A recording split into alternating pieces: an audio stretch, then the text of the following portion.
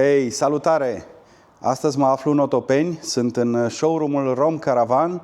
Am venit să văd un campervan nou care s-a lansat acum 3 săptămâni. Este vorba de un Rimor Horus 38 pe motorizare de Fiat. Așa că am venit să-l văd, să vi-l arăt și vouă. Haideți cu mine să intrăm și să aruncăm o privire asupra acestui nou campervan de pe piața din România. Repet, îl găsiți aici în showroom-ul de la Otopeni, la Rom Caravan.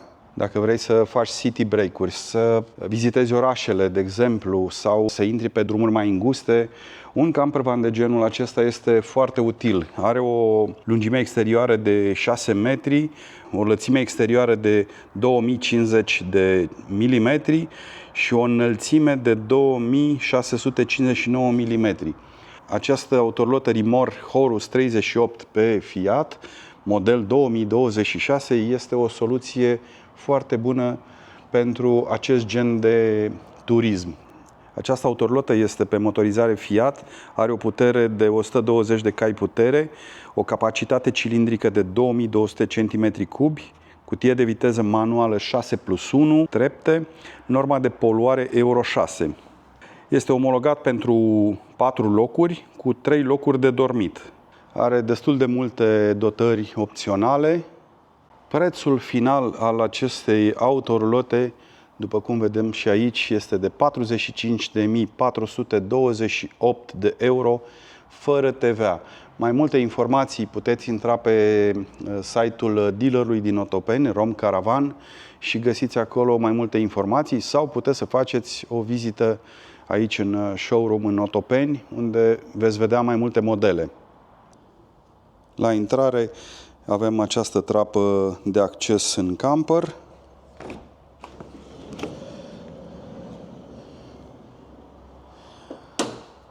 Camperul este dotat cu plasă anti-insecte. Ne ajută foarte mult, mai ales vara, și cum acum vine vara, este foarte utilă. Asta este o bară, o să vă arăt eu mai târziu. Scoatem masa de acolo, masa din living, și putem face masa aici în exterior. Și acum vreau să vă arăt cum se montează masa asta din living. O să-l rog pe Florin să ne ajute. Masa se scoate pur și simplu de acolo, este foarte ușor. Piciorul se pliază, se îndoaie, să nu ne lovim, se montează acolo și dintr-o dată avem masă în exteriorul camperului, deci putem sta frumos să admirăm marea.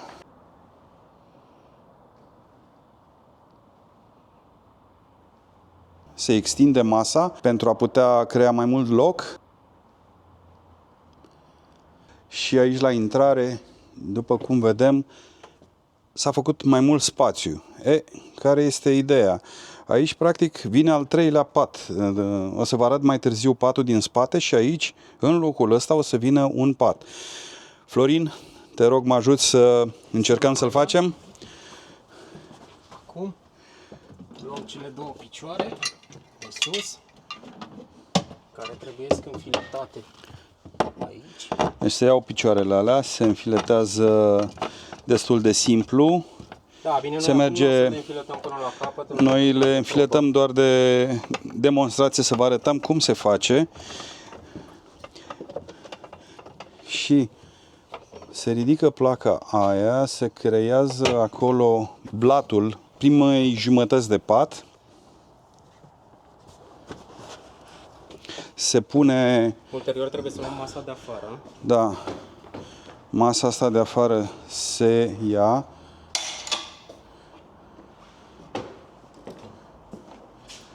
Se așează pe acest suport, ok?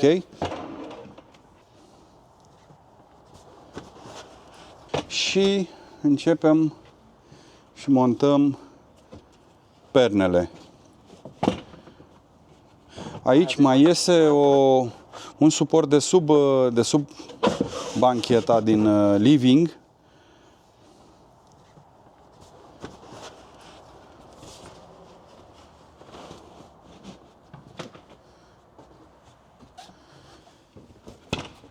Și în momentul ăsta, dacă vedem, Florin ne-a ajutat și aici s-a mai făcut un pat. Asta este procedura, e un pic complicată, dar prima dată, că după aceea o să vedeți că merge foarte rapid. Haideți să-l strângem și să revenim la configurația inițială a camperului. E destul de simplu, nu e complicat.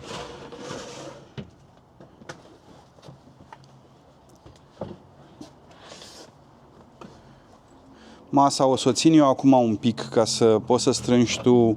Așa, dă-mi mie aici.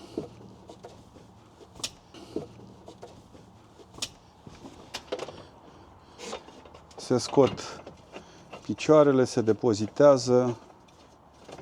Sub bancheta asta există truma combi, pentru că am uitat să vă spun, acest camper are încălzire pe gaz.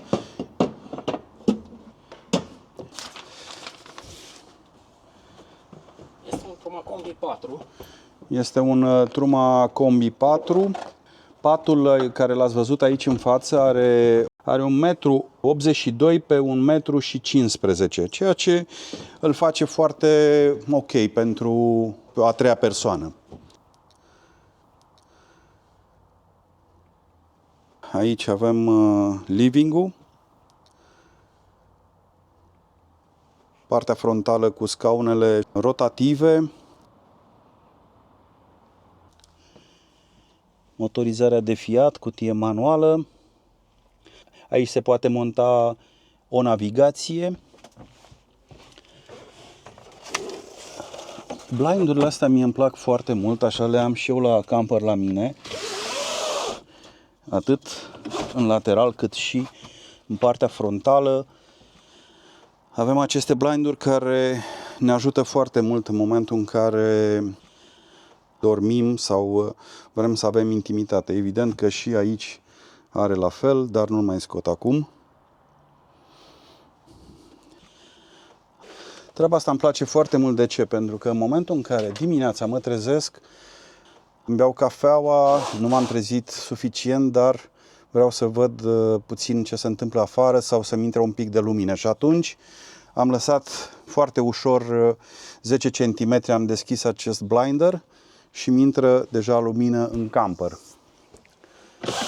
Repet, mie îmi place foarte mult această soluție versus celelalte soluții care se închid la jumătate aici.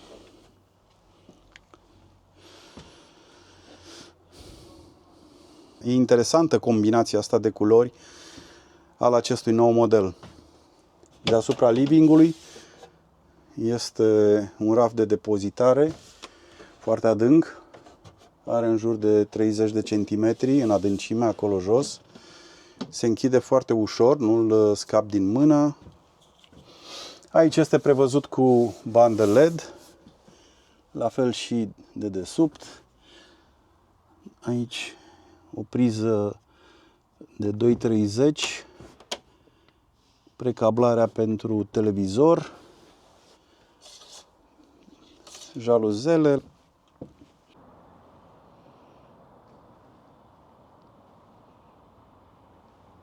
Jos aici este un panou, practic este o extensie a panoului de control de sus. Aici se extrage scara, sunt câteva zone de lumină, avem o priză pentru 230, o extensie a blatului de bucătărie.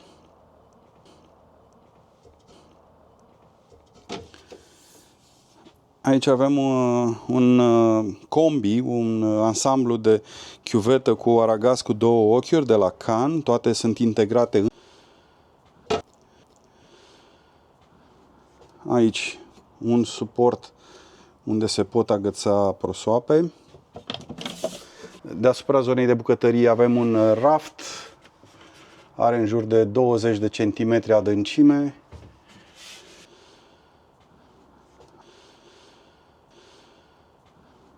Sub chiuvetă și aragaz avem sertarul pentru veselă cu suportul dedicat pentru tacâmuri. Aici un alt sertar. Văd că are și duș extern.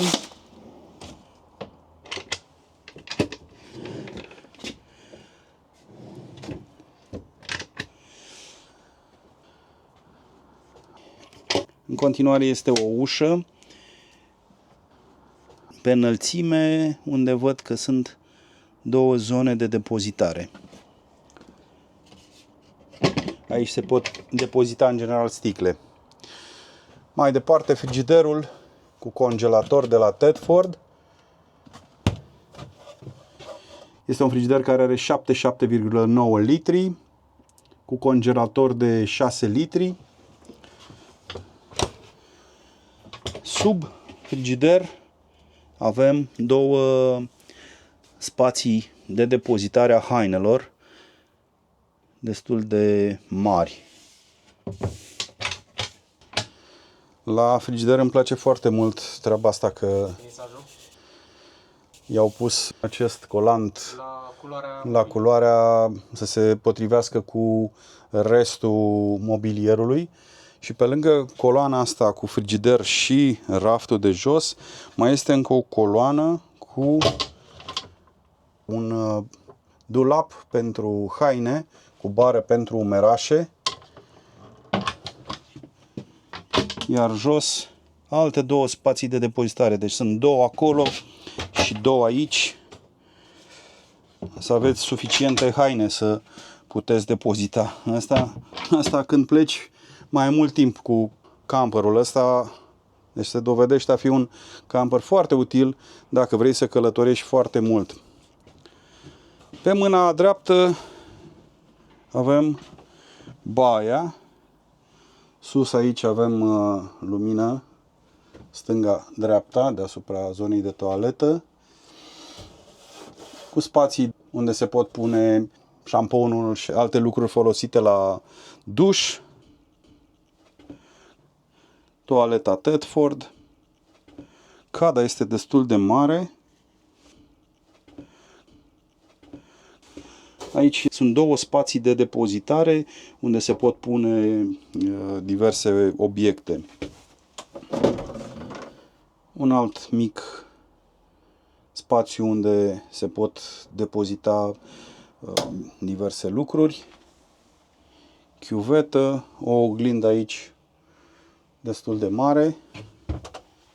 Practic, tot spațiul ăsta este foarte, foarte mare pentru duș. Adică eu sunt în duș și aici poți face dușul fără probleme pentru că ai foarte mult spațiu. Eu țin mâna întinsă. Se trage această perdea pe șina asta ca să nu uzi ușa. Da, e o baie foarte mare. Pentru un camper, evident. În zona din spate mai este o oglindă foarte mare cu două cuiere pentru a agăța haine. Patul din spate are 1,35 m pe 1,92 m de centimetri. Eu zic că e suficient pentru două persoane să călătorească cu acest camper. Deasupra, în partea dreaptă când mergem spre spate, este un dulap de depozitare a hainelor care cred că are jumătate de metru. Mie îmi trece de cot. Foarte adânc. E chiar foarte adânc.